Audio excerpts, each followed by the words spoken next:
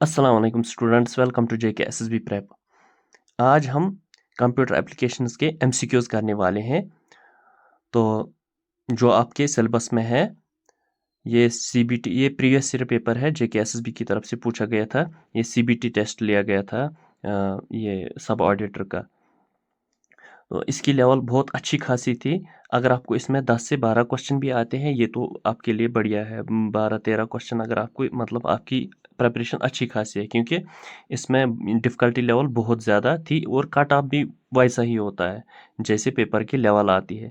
फिर भी आपके लिए मैंने लाया, क्योंकि कभी-कभी मैं दिखाता हूँ कि क्वेश्चंस किस तरह आते हैं, कितनी डिफ़िकल्टी लेवल के आते हैं। और अगर आपको ये पॉइंट्स पता भी नहीं है, अब इससे ये पता चल जाएंगे आपको। यहाँ प्रॉब्लम ये है, इसमें आंसर्स दिए हैं, इसलिए ये टेंशन नहीं लेना, ये फिर भी हम सारी चीज़ें पढ़ेंगे। तो आगे बढ़ने से पहले चैनल को सब्सक्राइब करो और कंजूसी मत करो, लाइक करो, सब्सक्राइब करो, शेयर करो अपने दोस्तों के साथ, ताकि नए नए अपडेट्स मिलते रहेंगे। अगर आप नहीं करोगे, फिर वो एनर्जी नहीं रहती है और लेक्चर बनाने में।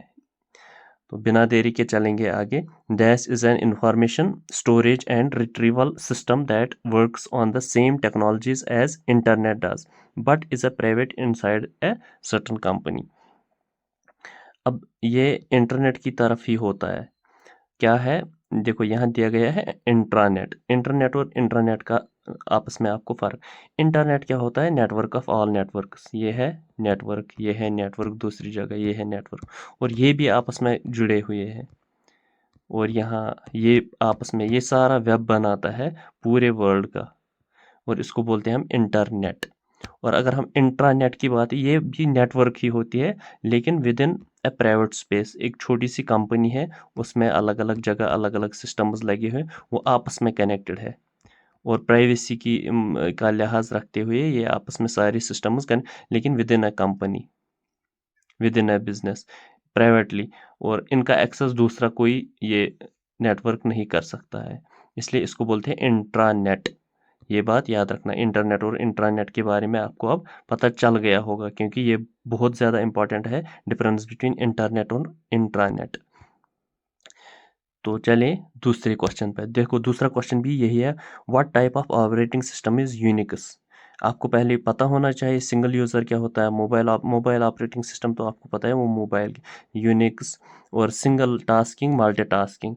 तो मल्टीटास्किंग में क्या होता है? मल्टीटास्किंग होता है वो प्रोसेसर, वो ऑपरेटिंग सिस्टम जो बहुत सारी टास्क्स करता है, और लेकिन इसमें टाइम शेयरिंग होती है। सपोज़ आपको बहुत काम करने हैं, इसमें क्या है, आइडियल टाइम जो है वो बहुत कम रहता है। सपोज़ आपको ये वाला काम करना है, और आपको ये काम अधूरा रह गया, आपको और काम, मतलब और इसमें कुछ और चीज़ें चाहिए, तब तक ये क्या करेगा, सिस्टम आइडल नहीं रहेगा। इसमें ये वाले दूसरे काम पे वो काम खुद ही करेगा, मतलब इसमें लेकिन टाइम शेयरिंग होती है। और सिंगल टास्किंग में एक ही काम होता है, एक ही काम, जब तक वो कंप्लीट ना हो जाए इसके बाद और एक काम होता है, जब तक वो कंप्लीट ना हो जाए। लेकिन यहाँ मल्टीटास्किंग में ऐसा नहीं होता है, एक काम करो, अगर आप रुक गए फिर वो खुद ही दूसरे काम पे चल जाता है, फिर तीसरे काम पे।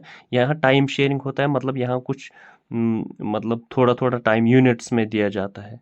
आजकल के मल्टी थ्रेडिंग आते हैं, ये बात भी याद रखना, क्योंकि बहुत सारी जॉब्स है, और इसमें कॉमन थ्रेड देखते हैं क्या कॉमन है इसमें, वो सारे एक ही थ्रेड में डाल के उसको प्रोसेस करते हैं। इसी आपको ये बहुत जल्दी इतने सारे काम हो जाते हैं, इसको बोलते हैं multi threading.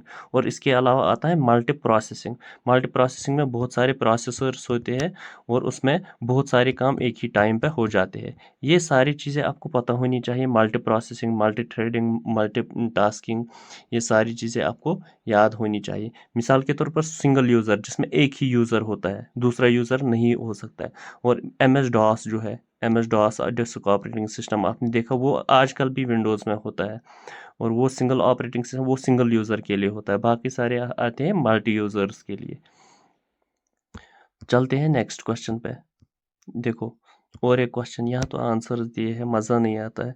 Dash can be रीप्रोग्राम्ड, फिर से प्रोग्राम करना, क्योंकि एक बार लिखा, अब आप ये मिटाना चाहते हो, फिर से इसको बर्न करना, फिर से रीप्रोग्राम करना। To erase data from it, expose it to the ultraviolet rays, UV rays की से एक्सपोज करो, ये खुद ही डाटा मिट जाता है, फिर आप रिप्रोग्राम कर सकते हो टू रीओपन इट,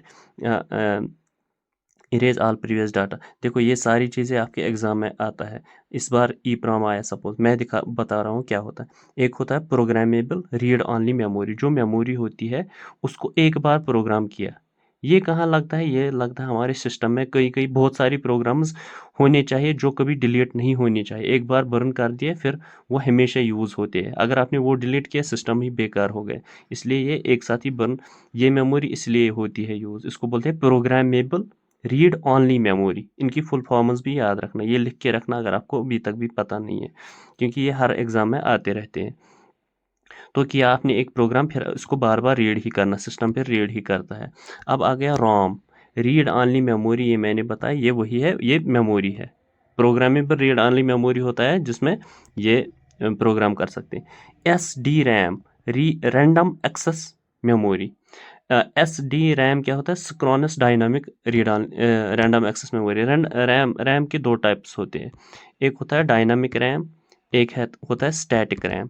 ये अगर आपको ये भी नहीं पता, ये फिर पहले पढ़ो। स्टैटिक रैम क्या होती है? ये नीड रिफ्रेशिंग, इसको ये रिफ्रेश करते हैं, और कैपेसिटर्स इसमें लगे होते हैं, ये चार्ज होता है। जो हम अभी अपने सिस्टम को बार बार रिफ्रेश करते हैं ना, थोड़ी थोड़ी देर में, इसको हम बोलते हैं स्टैटिक रैम। रिफ्रेश करने के बाद फिर से चार्ज होती है रैम, और ये अपना काम करती है।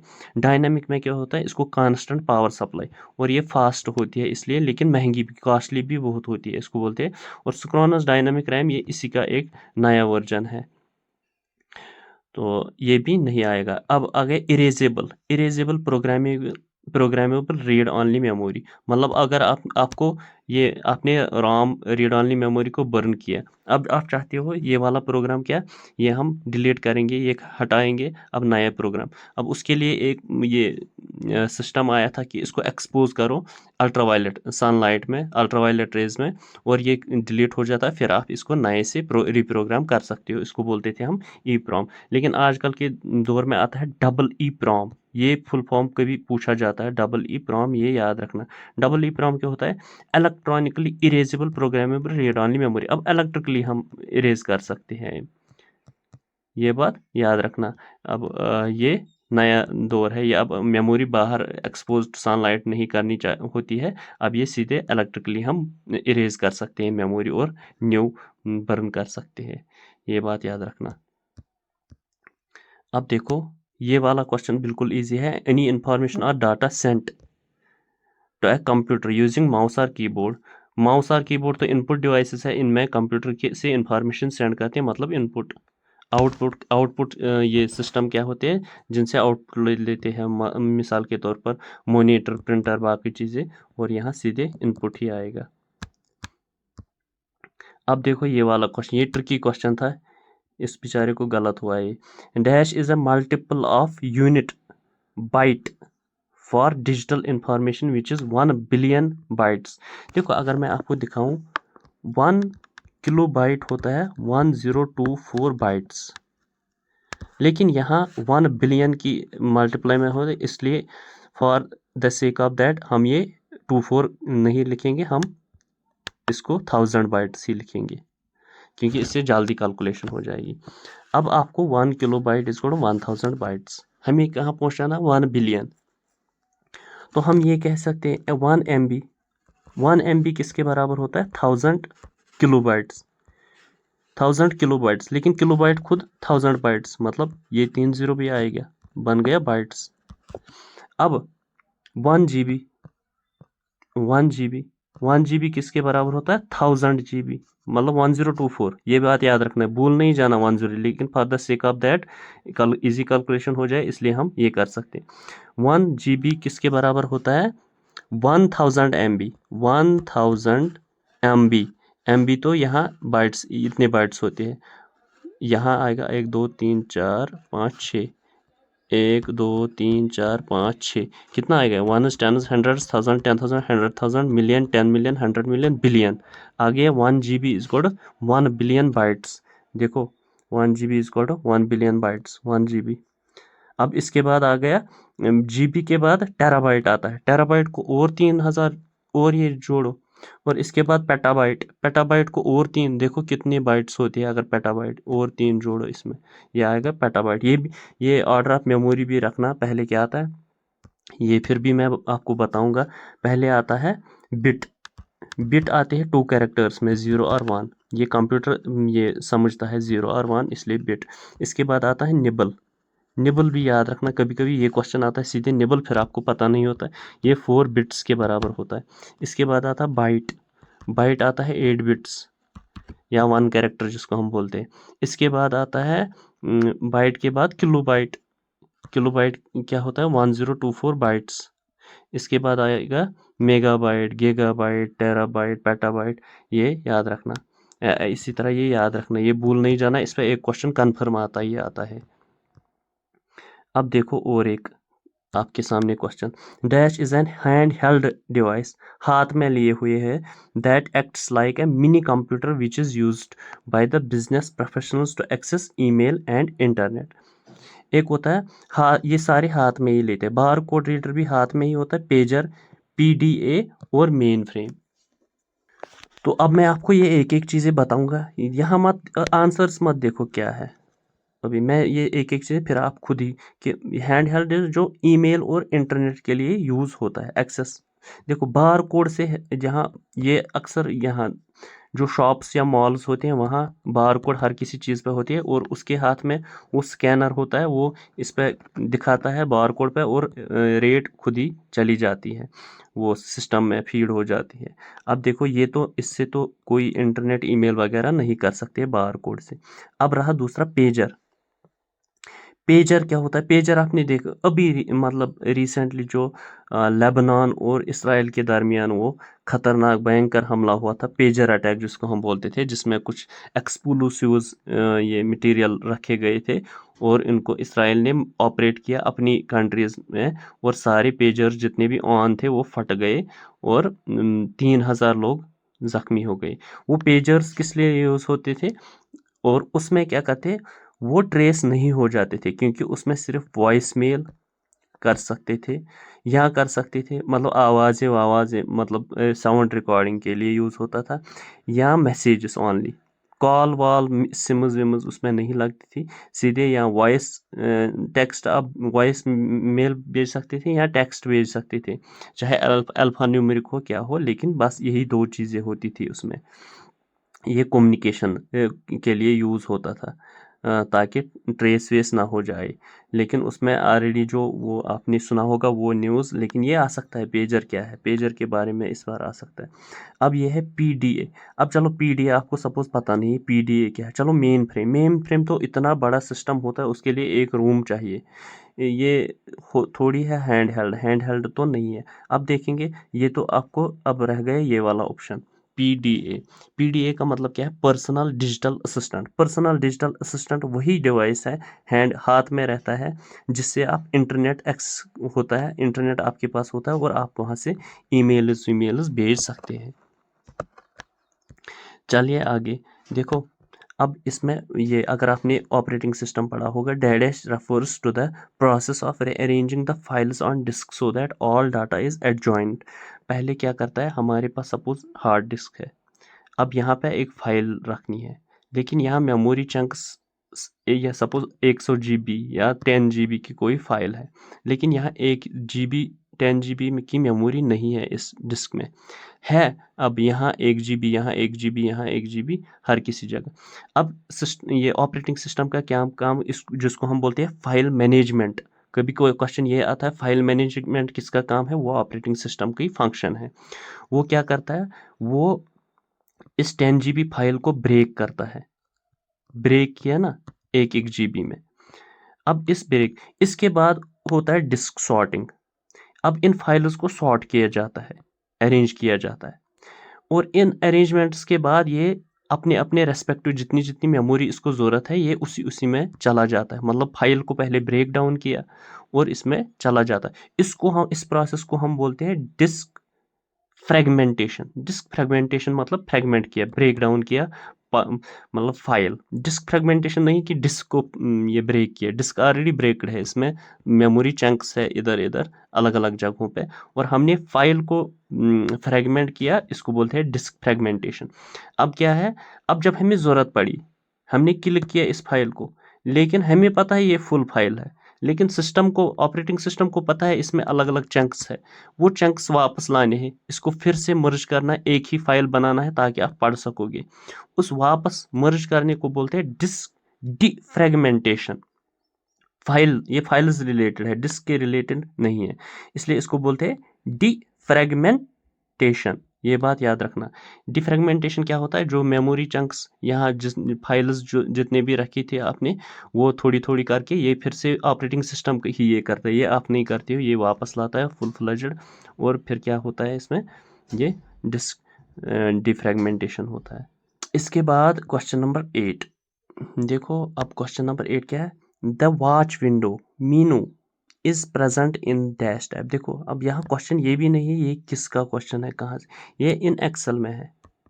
एक्सेल में क्या होता है कि आपको कोई काम, आपने कोई चेंज लाई है, चेंजेस क्या लाई है, आपने फार्मूला चेंज किया, आपको करना था a माइनस बी, आपने किया a plus B, A plus B किया, और एक आती है वॉच विंडो। वॉच विंडो मतलब उस पर आप क्लिक करोगे, वहाँ कुछ सेल्स जो है वो हाईलाइट होती है, और अगर आपने वो नीचे भी होगा, जो आपके डिस्प्ले में नहीं होगा वो फिर ऊपर आएगा और आपको डिस्प्ले करेगा कि चेंजेस, हम देखते हैं चेंजेस कहाँ कहाँ हुई, और वो कहाँ आएगा, वो किस व्यू में आएगा, वो आएगा फार्मूलाज में। ये बात याद रखना, फार्मूलाज में। अगर आपको ये क्वेश्चन नहीं आएगा कोई ज़रूरत नहीं है, ये इतना डिफिकल्ट होता है, वो आजकल पूछते नहीं है कोई, ये सीधे सिंपल सिंपल पूछते हैं। अब देखो ये भी तो डिफिकल्ट क्वेश्चन है, ये भी आपने कभी नहीं सुना होगा। Dash is a blue arrow. Blue arrow क्या होता है, that shows the relationship between the cells used in the formulas in Excel. Excel में यूज होता है। देखो आपने कोई ये फार्मूला लिखी, अब आपने कोई बहुत सारी चीज़ें यहाँ यूज़ की, यहाँ अब आपको पता नहीं ये फार्मूला कहाँ कहाँ मैंने सेल में यूज़ की, आप क्या करते हो, आप ट्रेसर लगाते हो, जिसको हम बोलते हैं ब्लू एरो ट्रेसर। वो क्या करता है, वो यहाँ वहाँ वहाँ एरो लगाता है, यहाँ मैंने ये फार्मूला यूज़ की, यहाँ मैंने ये फार्मूला यूज़ की, यहाँ मैंने ये फार्मूला, और बहुत सारे, क्योंकि यहाँ नज़दीक नज़दीक बहुत सारी सेल्स है। अगर आपने अब इससे आपको पता चल जाता है कि मैंने ये वाली फार्मूला कहाँ यूज़ की, इसको बोलते हैं tracer, cell tracer, blue arrow tracer. ये एरोज होते हैं फार्मूला से, या एक सेल से दूसरे तक, यहाँ से इनकी रिलेशनशिप, यहाँ इस सेल के और इस सेल के बीच में रिलेशनशिप है, आप वहाँ भी सेल ट्रेसर लगा सकते हो। वो एरो होता है, ब्लू एरो ही होता है वो, ये याद रखना।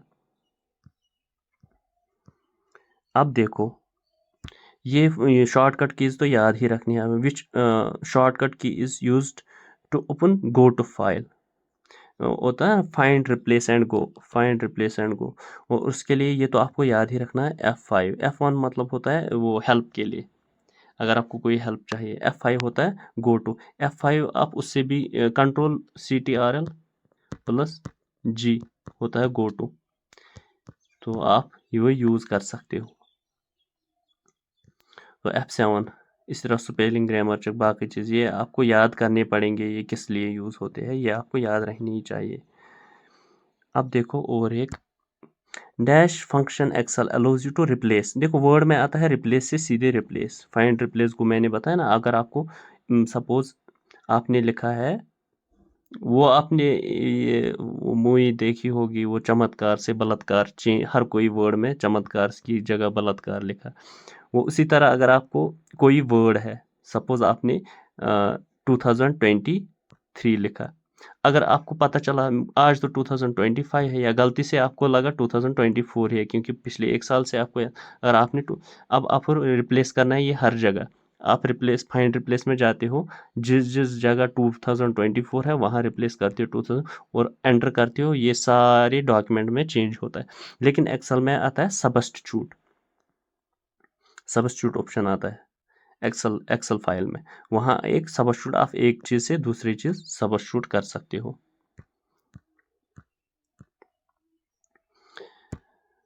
To shut down Windows, you need to select dash option from the start menu and then select the shut down button. देखो अगर आपने विंडोज़ देखी होगी, यहाँ एक स्टार्ट बटन होता है। स्टार्ट बटन पे जब क्लिक किया, यहाँ डायलॉग बॉक्स आता है, ये सीधे यहाँ डायलॉग बॉक्स नहीं, यहाँ ड्रॉप डाउन लिस्ट ये आता है, और यहाँ एक ऐसे पावर आइकन जैसा होता है, पावर आइकन, यहाँ तो ये ऑप्शन ही है। हाँ, पावर आइकन पे आपने क्लिक किया, फिर आता है वहाँ option sleep, restart, shut down.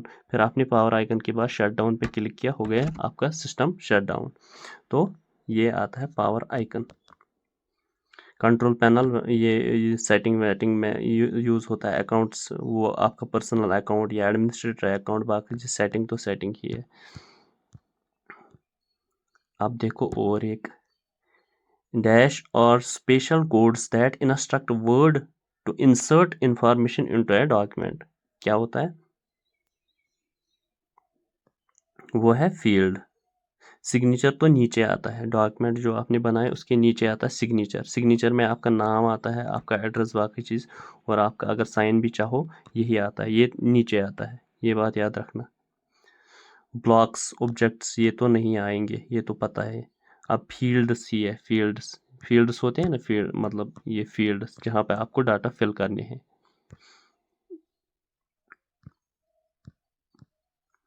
देखो ये तो सबसे इजी क्वेश्चन है, कंट्रोल ए, पहले ही शॉर्टकट की, मतलब सिलेक्ट ऑल। इसी तरह आप लिख सकते हो control X cut, control V paste, यही control C copy, control E ये लेफ्ट अलाइनमेंट, कंट्रोल सी, ये बात याद रखना।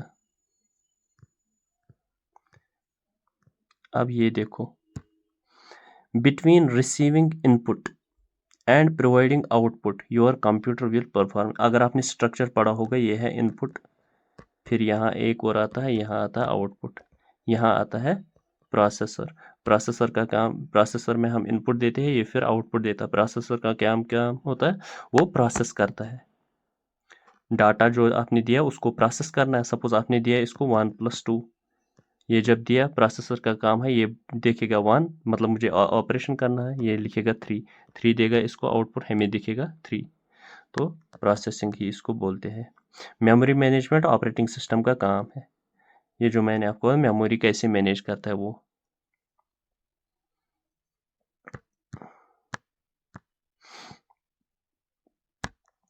Dash option in the Microsoft Word allows you to select the formatting information of a text file and apply the same to the another text। देखो आपने कुछ text लिखा, आपने लिखा टाइम्स न्यू रोमन में, टाइम्स न्यू रोमन, और बाकी सब आपने लिखा कैलबरी मोड में।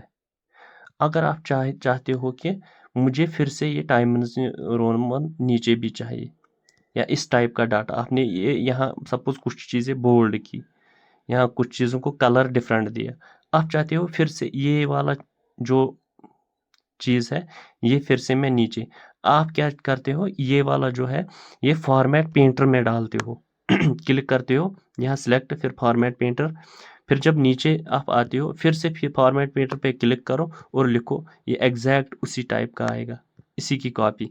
बस आपका टेक्स्ट अपना होगा, लेकिन बाकी जो फॉर्मेट है, चाहे बोल्ड हो, टैलिक हो, बाकी चीज़ हो, फॉन्ट कैसा हो, साइज हो, वो सारा इसी में खुद ही आएगा, आपको चेंज करने की ज़रूरत नहीं पड़ेगी फिर। इसके बाद देखो सबसे important, dash is a form of broadband communication which may use phone lines and fiber optical cables to accessing internet। ये क्या यूज़ करता है? जो ऑलरेडी एग्जिस्टिंग फोन लाइन्स है ना और फाइबर केबल्स है, उसी को यूज़ करके इंटरनेट एक्सेस कर सकता है। अब देखो अगर आपने ये नहीं पढ़े होंगे फिर क्या पढ़ा होगा? ये तो सबसे इम्पॉर्टेंट है, बेसिक्स ऑफ कंप्यूटर में आता है SMTP, simple mail transfer protocol. मतलब ईमेल जब आप भेजते हो उसके लिए है, ट्रांसफ़र प्रोटोकॉल के लिए यूज़ होता है ये। अब हॉटस्पॉट आपको पता है हॉटस्पॉट क्या होता है।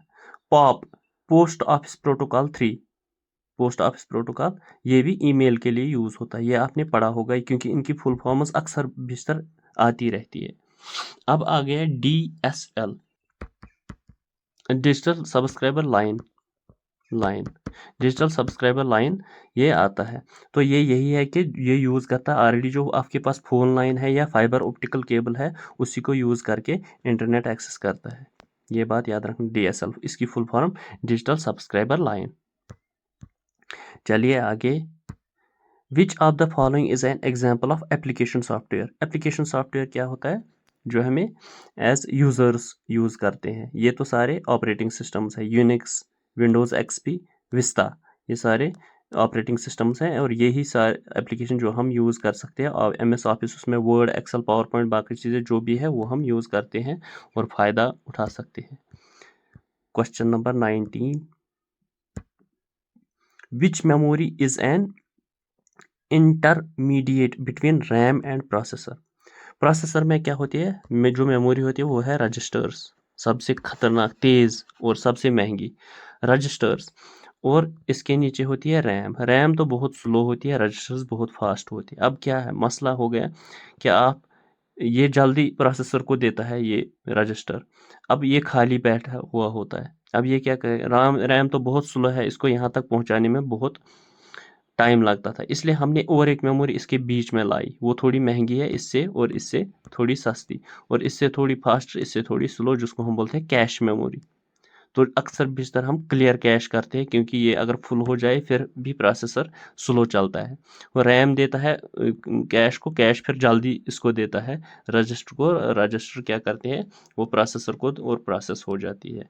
अब यहाँ तो ऑप्शन देखो, ये यही है। यहाँ देखो, रोम, रीड ऑनली मेमोरी, EEPROM, ये मैंने आपको बताया। Erasable programmable read only memory, PROM, programmable read only memory, और कैश मेमोरी। कैश मेमोरी मैंने आपको बताया। चलिए आगे देखो, Dash tool allows you to create standard calculations, formatting and charts very quickly. क्या क्या हम यूज़ कर सकते हैं? Standard calculation, formatting and charts. तो कहाँ आएगा ये? क्विक एनालिसिस टूल्स में। क्विक एनालिसिस टूल्स में है, ये आता है, यहाँ सारे आते हैं।